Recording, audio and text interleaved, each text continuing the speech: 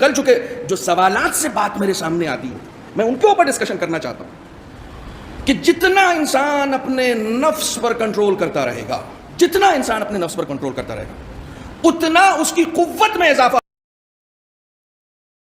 نفس پر control follow کیجئے گا. میرے نوجوان اس بات کو غور سے سنیں. بعض لوگ جو تپسیا کرتے ہیں نا، اپنی تپسیا کی وجہ سے کسی نہ کسی مقام پر پہنچ جاتے ہیں. اسے معجزہ مت سمجھیے گا. میں کلیئر کرنا چاہ رہا ہوں اپنے نوجوانوں کے لیے. بعض ہمارے نوجوان دیکھتے ہیں کہ بھئی یہ کرامت تو اس کے یہاں بھی ہے جو تپسیا کر کے ایک کرامت اپنے اندر لے کر آیا ہے. کچھ دن پہلے ایک ویڈیو چل رہی تھی کہ بغیر ماچس کے کسی نے دیا جلا دیا. ہو سکتا ہے تپسیا سے یہ چیز آ سکتی ہے، کیونکہ خدا نے یہ کہا ہے کہ جتنا تم اپنے نفس کنٹرول کرو گے میں دنیا پہ تمہارا کنٹرول بڑھاتا جاؤں گا. دنیا میں بھی مل رہا ہے. 3 قسم کے لوگ ہیں. پہلے وہ سنا دو. ظالم حاکم مومنین میں، ظالم حاکم اور یتیموں کا مال کھانے والے، اور تیسری جھوٹی گواہی دینے والے. وہ یہاں کا تھا جس کو میں نے کل ادھر عرض کر دیا تھا، اس لیے کلیئر کرنا تھا مجھے. لیکن اب آپ اسے سن لیں، اس کے بعد پھر میں دوسرے مرحلے میں داخل ہوں. ایک صلوات پڑھیں محمد و آل محمد.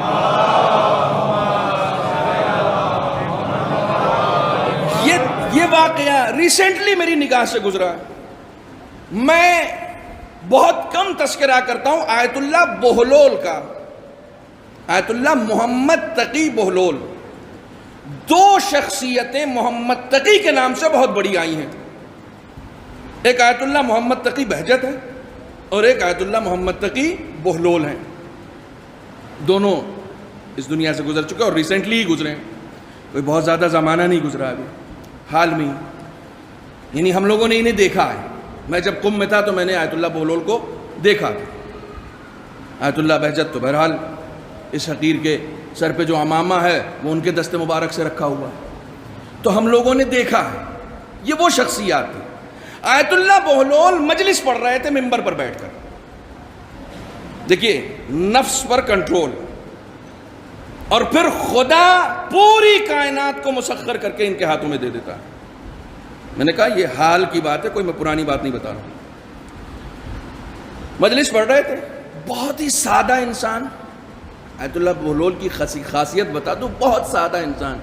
آج تک کسی کو نہیں پتا چلا ان کا گھر کہاں ہے. کھانا بدوشی کی زندگی گزار دی پوری زندگی. دہی کھانا، کھیرا کھانا، نارمل غذائیں کھانا، کم سے کم کھانا، اور ایک واقعاً جو نام تھا ان کا سے انہوں نے زندگی بھی گزاری ہے. کبھی بھی آیت اللہ خامنہ ہی کیا پہنچ جاتے تھے اور وہ دروازے پر شخصیت تھے. کہہ رہے منبر پہ بیٹھ کے مجلس پڑھ رہے تھے. مجلس پڑھتے پڑھتے تو ناک سے غلاظت نکل گئی.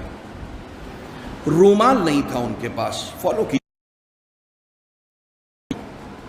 ہر چیز کے پیچھے کچھ نہ کچھ ریزن ہوتا ہے. تو وہ تھوڑی دیر سامنے مجمع ہے. اب کوئی اس طرح کا انسیڈنٹ کسی کے ساتھ ہو جائے تو ظاہر سی بات ہے کہ بہت ہی زیادہ اٹپٹا ہو جائے گا اس کے لیے.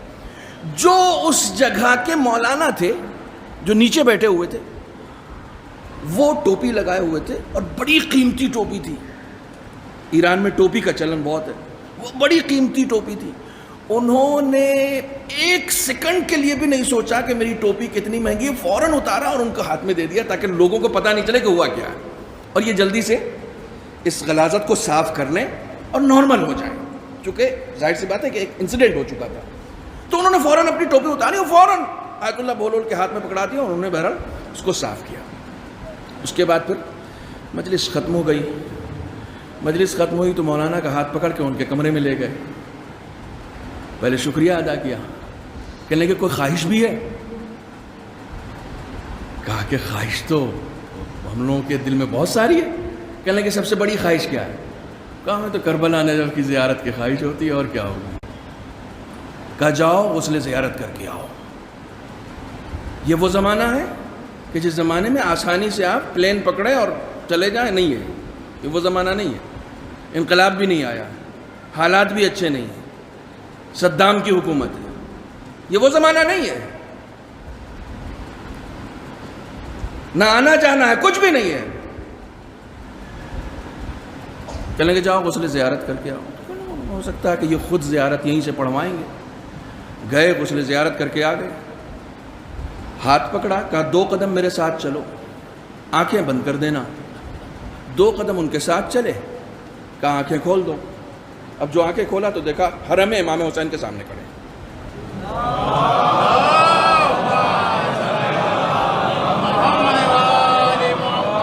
دونوں شخصیتیں حرم امام حسین کے سامنے کھڑے۔ اس علم کو کہتے ہیں طی الارض، زمین کی مسافتوں کو، یعنی ٹائم اینڈ اسپیس دونوں کو چشم زدن میں طے کر دینا۔ قرآن میں یہ علم ہے۔ قبل ان یرتد الیک طرف، قرآن کہتا ہے جب تو بہت سارے دعوے دار تھے، اس میں آصف ابن برقیہ بھی بیٹھے ہوئے تھے، انہوں نے کہا تھا میں مہینوں کی، اس میں آصف ابن برقیہ نے کہا تھا میں تو چشم زدن میں لے آؤں گا، یہ وہی علم ہے۔ توجہ فرما رہے ہیں، پاکیزہ نفوس کو عطا کیا جاتا ہے۔ دیکھا سامنے تو کہنے لگے مجھے یقین نہیں ہوا، مجھے یقین نہیں ہوا کہ واقعی میں امام حسین۔ تو انہوں نے کہا میں نے خود آیت اللہ بہلول سے پوچھا کیا میں خواب دیکھ رہا ہوں یا سچ؟ کہنے امام حسین کے روضے کے سامنے کھڑے ہو، جاؤ زیارت کرو۔ کہنے کہ دونوں لوگ آئے، زیارت کی اشرف میں، مولا کائنات کے روضے کے سامنے کھڑے، کہا وہاں پوری زیارت کی، اور زیارت کرنے کے بعد واپس آ گئے، علیکم السلام، واپس آ گئے، ایران واپس آ گئے، اپنے وطن واپس آ گئے۔ واپس آئے تو کہنے لگے میں نے آیت اللہ بہلول سے کہا کہ جب نجف اور کربلا کی زیارت کرا دی تھی تو سامرہ اور کاظمین کی بھی کرا دیتے۔ تو انہوں نے کہا کہ تمہاری طلب ہی اتنی تھی، توجہ کیا آپ نے، تمہاری طلب ہی اتنی تھی، سے صرف کربلا اور نجف نکلا تھا، اگر کاظمین اور سامرہ اور جاتا ہے، دیر سے نہیں جاگا کرو، فوراً جاگا کرو۔ صلوات پڑھیں محمد والے۔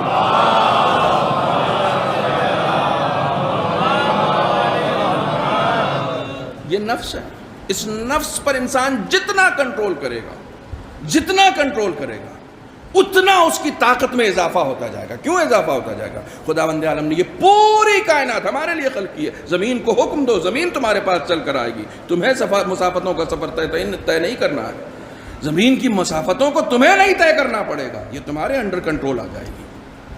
یہ صرف نفس کے اوپر، اس کی تعلیمات ہمارے یہاں ہیں۔ آج زندہ ہیں آیت اللہ جوادی آمولی حفظہ اللہ تعالی، مفسر قرآن ہیں، بڑی شخصیت ہیں۔ امام خمینی نے راجدوت بنایا تھا ان کو، گورباچوف کے پاس بھیجا تھا، حیات ہیں۔ ان کی ایک تقریر میں سنا میں نے کہ کہتے ہیں کہ علماء کو کم سے کم طی الارض تو رکھنا ہی چاہیے۔ اللہ اکبر، آپ سمجھ رہے ہیں؟ علماء کے پاس کم سے کم طی الارض تو ہونا چاہیے نا، زمین کی مسافتوں کو طے کرنے کا علم تو ہونا چاہیے نا۔ یہ ایسے نہیں حاصل ہوتا، یہ نفس پر کنٹرول سے حاصل ہوتا ہے۔ جتنا انسان اپنے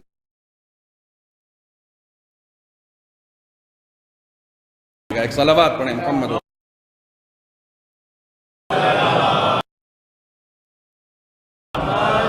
مرتبہ اور مل جل کے صلوات پڑھیں محمد۔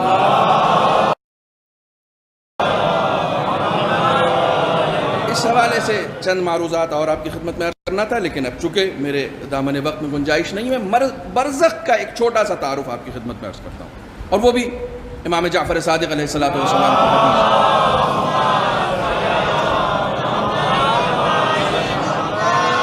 آپ فرماتے ہیں اول القبر